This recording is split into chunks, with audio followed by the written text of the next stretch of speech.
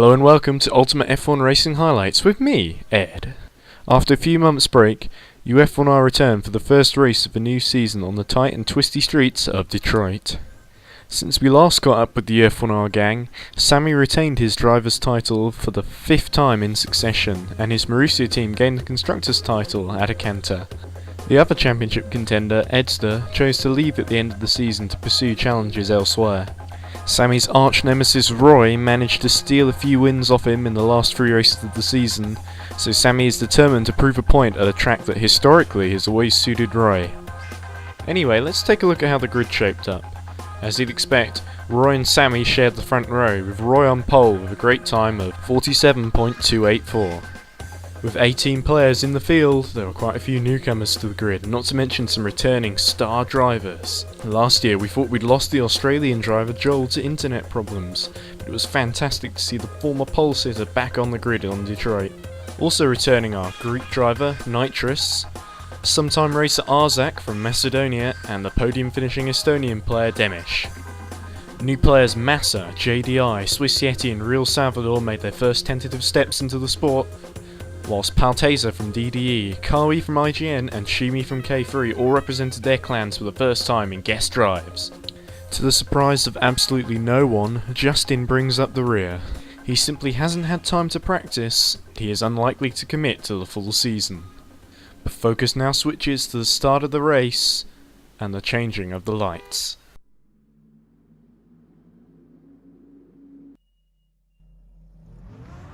As the lights go out, it's Sammy who makes the better getaway, and into the first few corners he manages to take the lead from Roy. Meanwhile, right behind them, all hell breaks loose as the chasing pack jostles for position. On board with Joel as he starts to make his way up the field.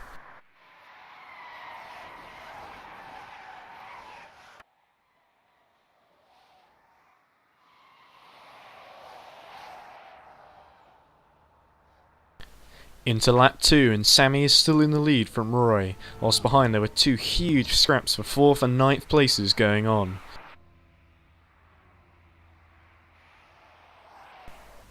Sammy clips the wall, allowing Roy back through as the fight behind rages on. Kawi now challenges fellow Estonian Demish for 4th place. The UF1R driver manages to get a better run through the chicane and retakes the place. Just behind, 3 Frenchmen squabble over 6th, Shimi and Lorino both working together to pass Skoda, but then Lorino tries to do Napoleon and seizes control. Shimi, through strength of will, holds him off. Sammy makes another mistake, which lets Mogius ahead, whilst Nitrous misses the braking point into the hairpin and loses 11th to Arzak.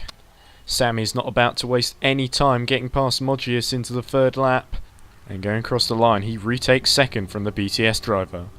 Skoda, however, finds himself dropping behind Grant and is fighting to hold on to his position from the challengers behind. This includes Palteza, who makes a mistake, and Arzak.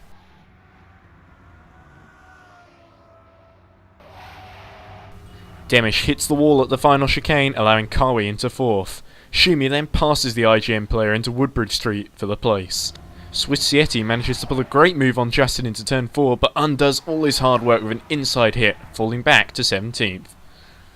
The order in the top 10 is Roy in 1st, Sammy in 2nd, Mogius in 3rd, Shimi in 4th, Kawi in 5th, Demish in 6th, Skoda in 7th, Arena in 8th, Arzak in 9th and Grant in 10th. Kawi makes a mistake, allowing Skoda by and giving Lorino a good run on him. The French F1 driver takes full advantage. Arzak defends 9th from Grant, but the really juicy battle is for 5th place, with the 2 Frenchmen that meet in an Estonian sandwich. But not for long, because Demish makes contact with the barrier.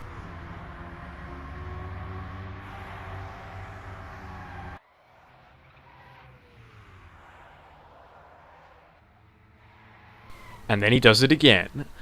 Erstwhile, Palteza, Grant and Arzak start to converge over 9th place. Pal manages to outfox Grant and tries to do a double move on Arzak. The Macedonian has a steely resolve though and won't give up without a fight.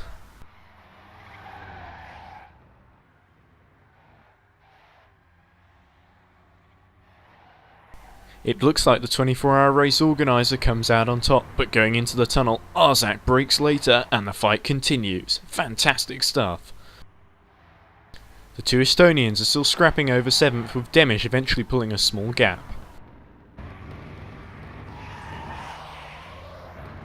Paltesa hits the inside wall of the chicane, while Swiss Yeti gets street revenge on Justin.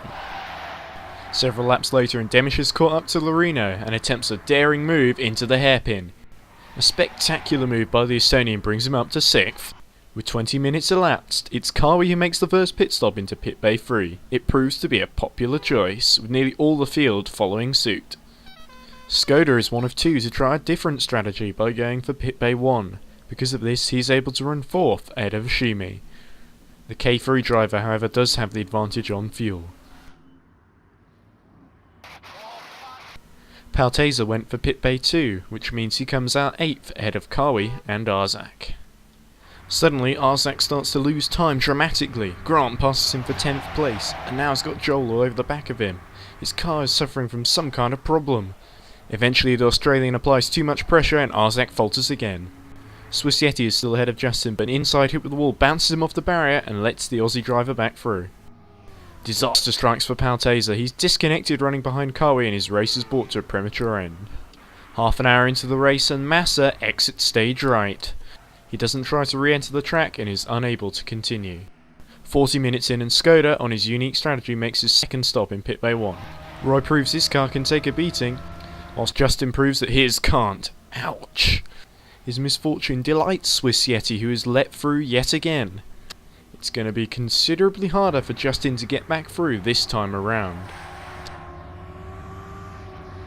45 minutes in and Roy is under serious pressure from Sammy, who has closed the gap after the first pit stop.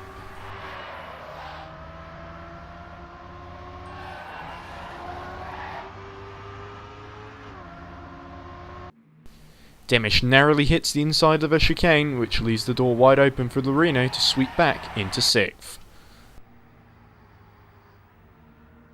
A few laps later and Roy has a bad moment in the Atwater tunnel. Sammy closes, but somehow Roy is able to hold on to the lead. It shows just how hard he is pushing to stay ahead of his rival. Now Joel makes his second stop in pit bay 3. This should see him through to the end. Arzak, Demish and Kawi doing likewise.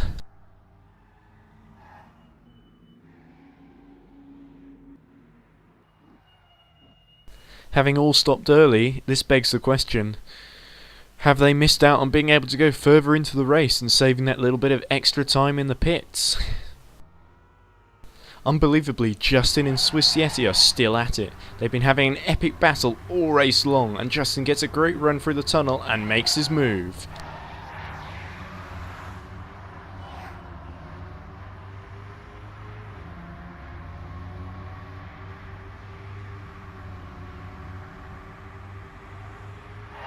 After further tussling, Justin inches ahead. At the 57-minute mark, Roy has this heart-stopping moment. Sammy takes the lead from him, but the race is far from over. Time now for a final rush into the pits as we see the strategies in the field play out. Nitrous and Swiss Yeti opt for pit bay 2, while Stoof Doof opts for a longer stint in pit bay 3. These guys have been able to stay out longer, and because they're further into the race they can take on less fuel compared to their earlier stopping rivals, and therefore spend less time in the pits. This is how Nitrous is able to jump Kawi for 8th in the race order. Lorino, Shimi and Justin go into pit bay 2.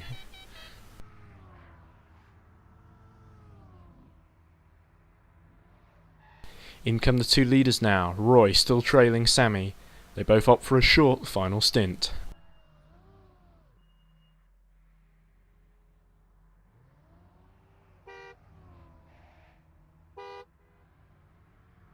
JDI enters bay 3, whilst Real Salvador, Grant and Diablo go into 2.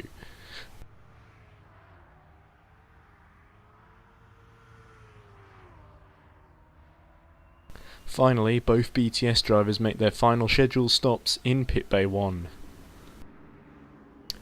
After 63 minutes, Sammy runs wide at the hairpin. Roy doesn't need to be asked twice and rockets into the lead. The thing about Sammy though is that he never ever gives up.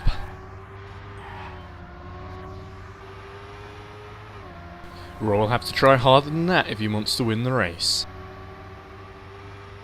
Approaching the same corner where he lost the lead earlier, he overcomes his demons to get back through. Try as he might, there is now nothing Sammy can do to retake the lead. Arzak is falling into the clutches of Justin after a painful mistake. He watches as 11th place slips away. 70 minutes in and Swiss Yeti closes up to Arzak and manages to go round the outside of the hairpin to grab 13th place, a brave move by the rookie. Joel is all over the back of Grant for 10th place. Going into the tight left-hander, he pulls alongside and Grant has to lift. The following lap, and Nitrous is challenging Demish. He sets up to outbrake the Estonian through the tunnel.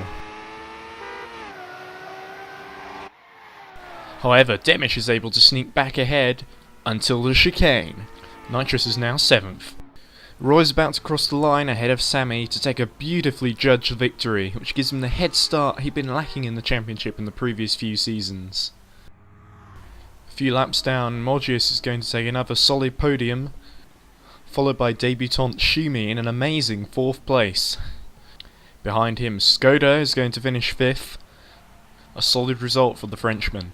Lorino is in 6th, but under investigation by the stewards. Nitrous brings it home 7th, a great return for him. On the first lap he was as low as 15th. Demish wiggles right and left as he crosses the line in 8th place, whilst Kawi is a solid 9th after a feisty drive. Joel just about takes 10th, only a second ahead of Grant, who rounds out the top 10. And so to the podium, where Advance Australia Fair blared out across the city. And that wasn't the only noises being made. Twitter messages from Mark Webber and Daniel Ricciardo show how respected and important Roy is to his fellow countrymen, and also went some way to making Sammy feel ever so slightly jealous. As for Moggy in 3rd, well, he couldn't trouble the leaders, but he got the maximum he could out of the car and was just happy to be there.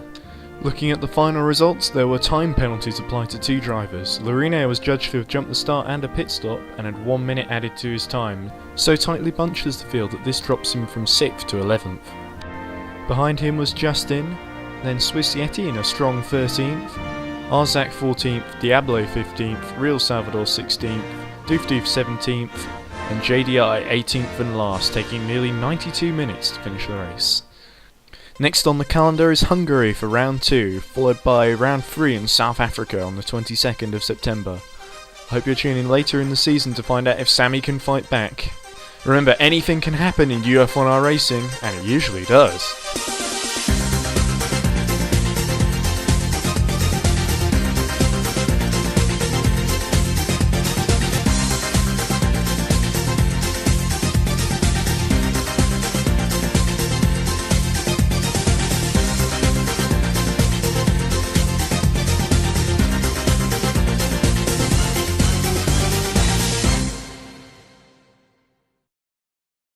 Nitrous misses the breaking point for the hairpin and loses 11th to Nitrous. Swiss Yeti gets sweet swenge on Schwachtin. Having all stopped so early, it begs the question, might they have all missed out being able to fight? Why did I mess up that sentence? At the 57-minute mark. The leaders are in now. Oh my god, the leaders are in. They're both the only ones in the field fast enough to go for pit bay 1, except for Mogius as well. And so to the podium, where Advance Australia